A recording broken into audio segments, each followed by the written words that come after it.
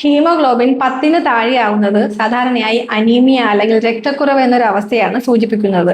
പ്രായപൂർത്തിയായ പുരുഷന്മാരിലും സ്ത്രീകളിലും ഇതിന്റെ അളവ് വ്യത്യാസപ്പെട്ടിരിക്കുന്നു. പുരുഷന്മാരിൽ 13.5 to 17.5 വരെയും സ്ത്രീകളിൽ 12 to 15.5 വരെയുമാണ് നോർമൽ വാല്യൂ വരുന്നത്.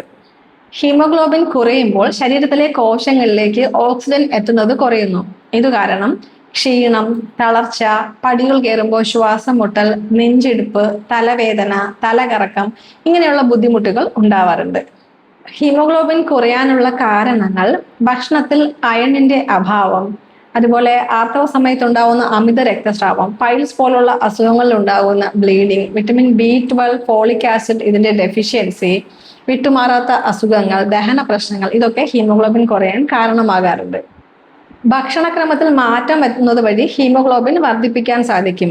ചീര, മുരിങ്ങയില പോലുള്ള ഇലക്കറികൾ, ഉണക്കമുന്തിരി, മാതളം, ഈന്തപ്പഴം പോലുള്ള പഴങ്ങൾ, അതുപോലെ ലിവർ, മട്ടൻ, മുട്ട ഇതൊക്കെ ഹീമോഗ്ലോബിൻ വർദ്ധിപ്പിക്കുന്ന സാധനങ്ങളാണ്. അയൺ ശരീരത്തിലേക്ക് ആഗിരണം ചെയ്യാൻ വിറ്റമിൻ സി ആവശ്യമാണ്. അതുകൊണ്ട് തന്നെ നെല്ലിക്ക, നാരങ്ങ വെള്ളം, ഓറഞ്ച് ഇതൊക്കെ ഭക്ഷണത്തിൽ ഉൾപ്പെടുത്തുകയാണെങ്കിൽ അയൺ അബ്സോർപ്ഷൻ നന്നായി നടക്കും. അതുപോലെ ഭക്ഷണത്തിന് തൊട്ട് പിന്നാലെ ചായ, കോഫി ഒക്കെ കുടിക്കുന്നത് അയൺ അബ്സോർപ്ഷൻ കുറയ്ക്കും.